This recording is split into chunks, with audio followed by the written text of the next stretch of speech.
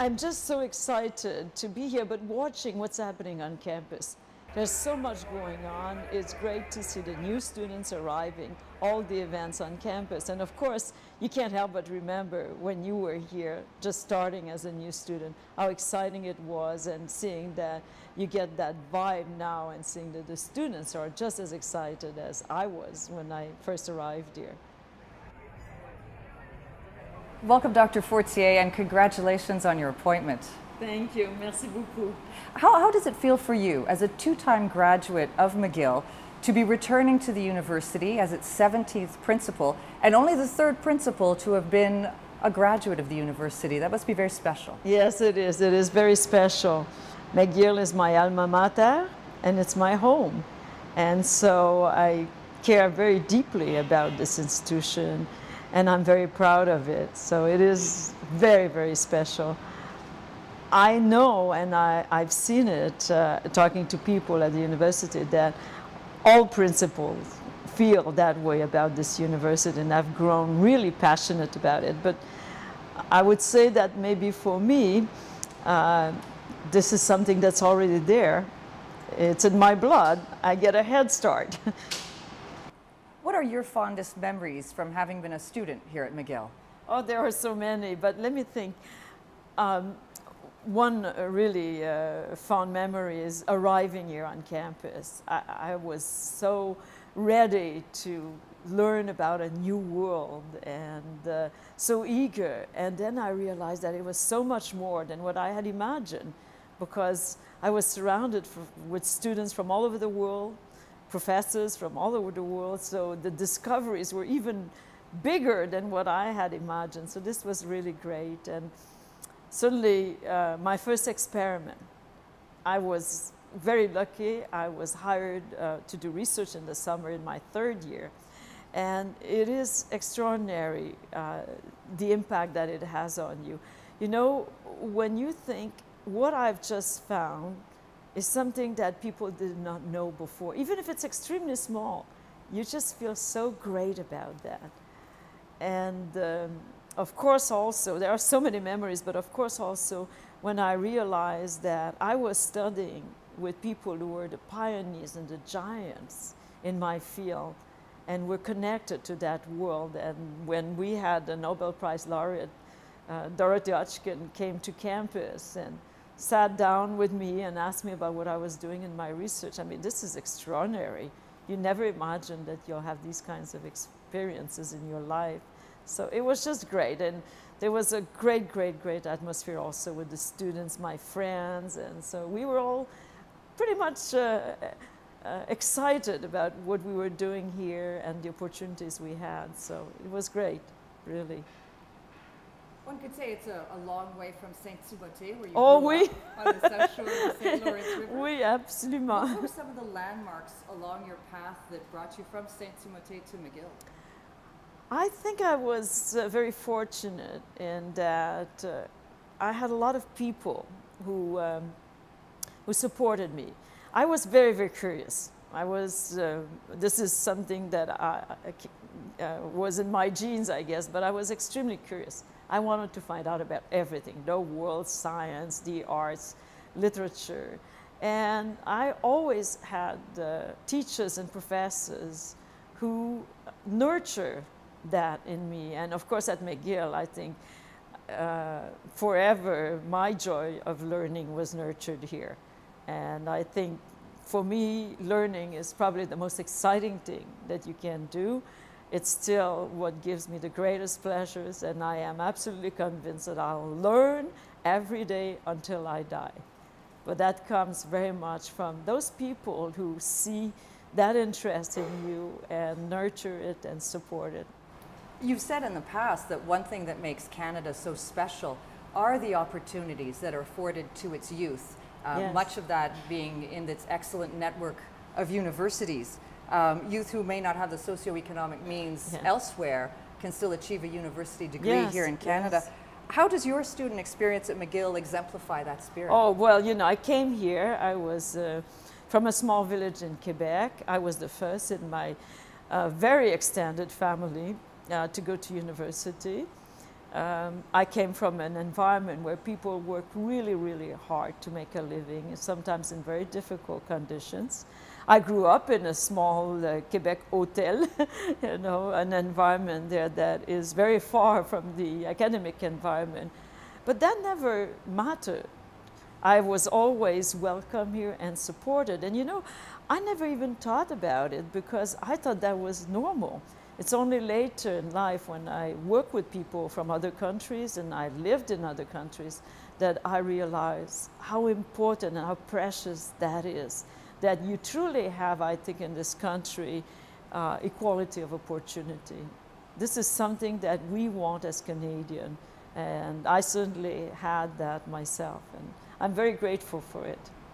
What role can alumni play in supporting McGill in its missions, its academic mission and its community mission?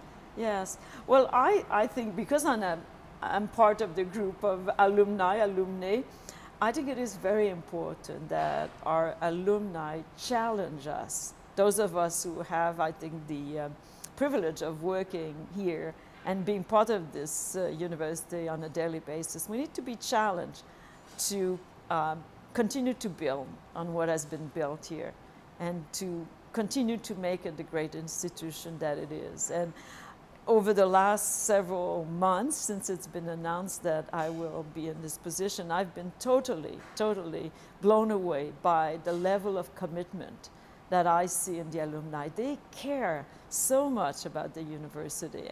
And I think they give of their time and also their own personal resources very generously to the university. They show their commitment, I think, in a very, very compelling and clear way. That's inspiring. To me, that is something that is important. Beyond what they give us, they inspire us. They make us feel that it's okay to dream big because we have this whole community behind us who's dreaming big with us and is going to do its very best to make it happen. Would you tell us a bit about your academic background, the kind of research that you've done, and what inspired you to pursue that field? Yeah, so I'll tell you first what inspired me.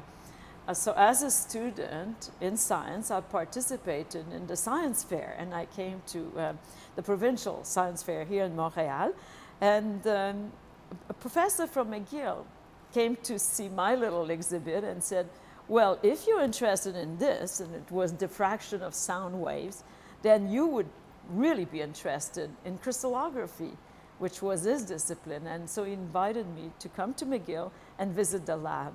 It took one visit. I was totally enchanted by this science that had the precision of mathematics and large experimental foundation behind it, and the beauty of crystals, and I was just blown away. I thought, this is great, I'm going to do this. Now, I didn't know that it was a pretty unusual thing to do, that there were very few students, if any, who had done crystallography as an undergraduate degree, but I found it absolutely fascinating. So I enrolled in crystallography, and most people ask me, what is this crystallography? Do you predict the future? Do you read in crystal balls? And of course not. It's not what it's about. Crystallography is the study of architecture of matter. That's what it is. And there's something great about anything that is along the lines of design or architecture, and that goes for matter. It is that there's a fundamental principle that is followed, and that is form follows function. And so if you can see how a molecule, for example, is arranged at a very detailed and accurate level, how the atoms are arranged in a molecule, you can start to understand how it works, its function. And of course, we're lucky in crystallography because we have a superstar. Everybody knows DNA. So everybody knows that this was an incredible discovery when people figure out the structure of DNA, the double helix, the base plate. So that gave us the understanding of how DNA works. So that's what crystallography is about. And it's fascinating because the information that you get is truly fundamental to understanding how matter works. It's very interesting. And I have to tell you, because this was absolutely exciting for me, I was working with giants in the field, and so I was able as a young student to meet all the really, really important people in my field. And in fact, when I left McGill, I went to do a postdoctoral internship with a person who later on won a Nobel Prize. And what is important here is not, well, that he won a Nobel Prize is extremely important, but it was to see through his eyes the excitement of research, of being at the frontier, of being at the leading edge, and of working really, really hard to learn something important that would serve us well. It was absolutely fantastic.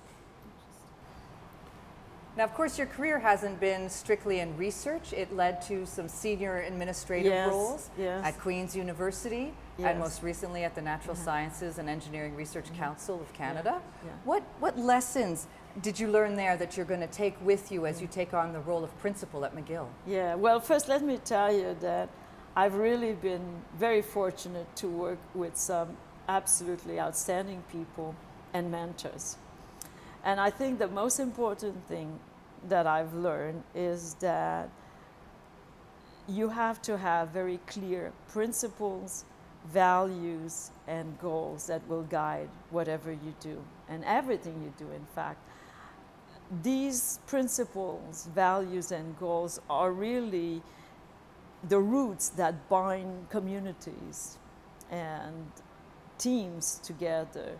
And I think for me, what is most important also is that there are a very, very important foundation that allows you then to be creative, to be innovative, to be agile, because you know also that there are some important principles and values that you always have to meet. So it is serving as a grounding force that then lets you explore with creativity what it is that you can do. So that to me is the most important thing I've learned.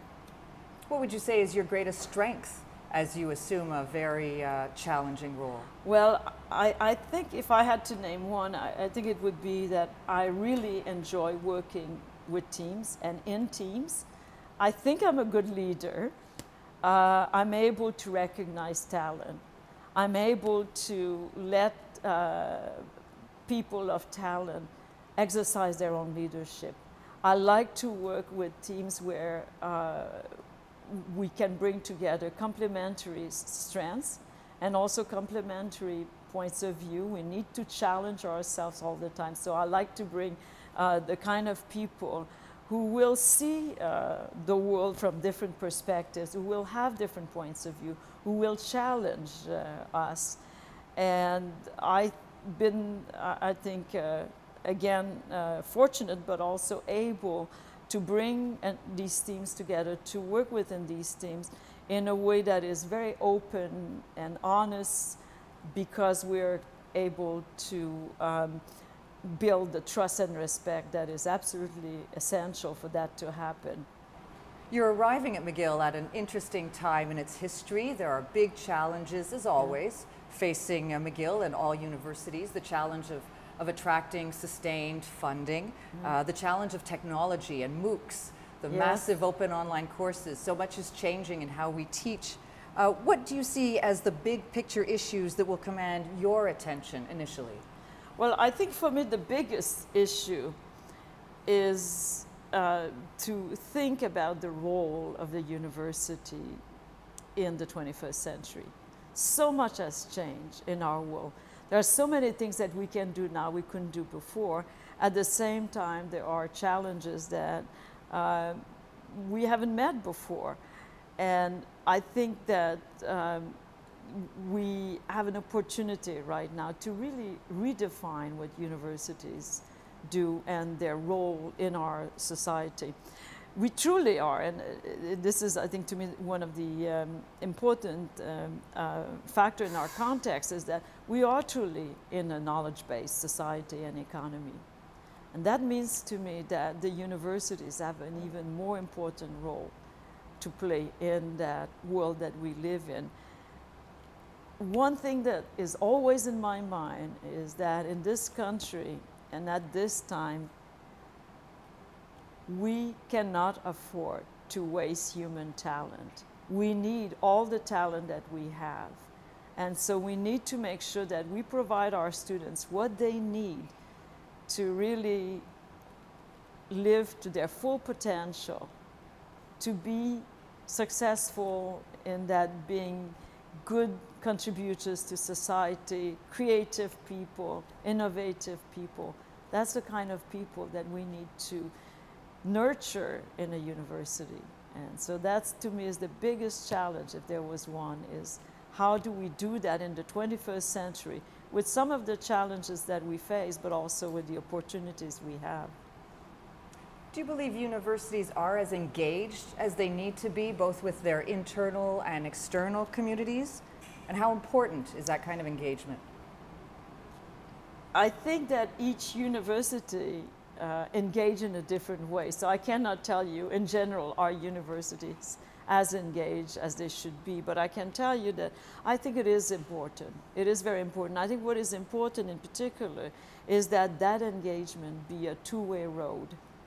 We need to learn from one another. We need to exchange knowledge.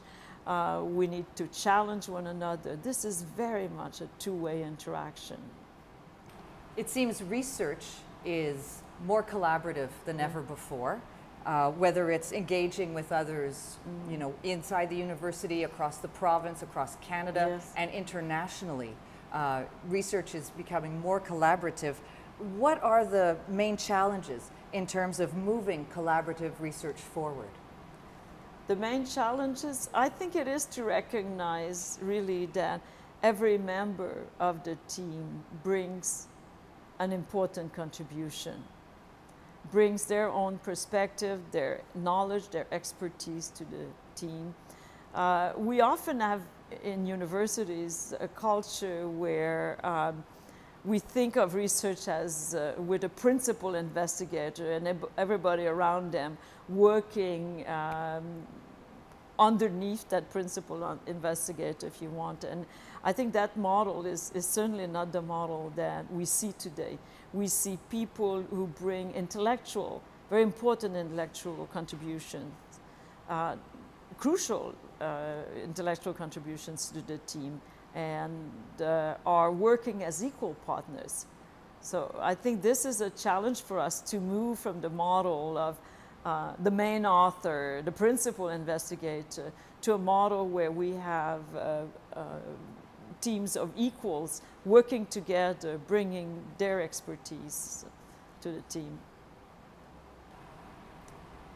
Societies and governments today seem to be interested primarily in research that's considered useful or have a short-term economic impact. But where would that leave basic research as well as the arts and humanities? Are they getting shortchanged?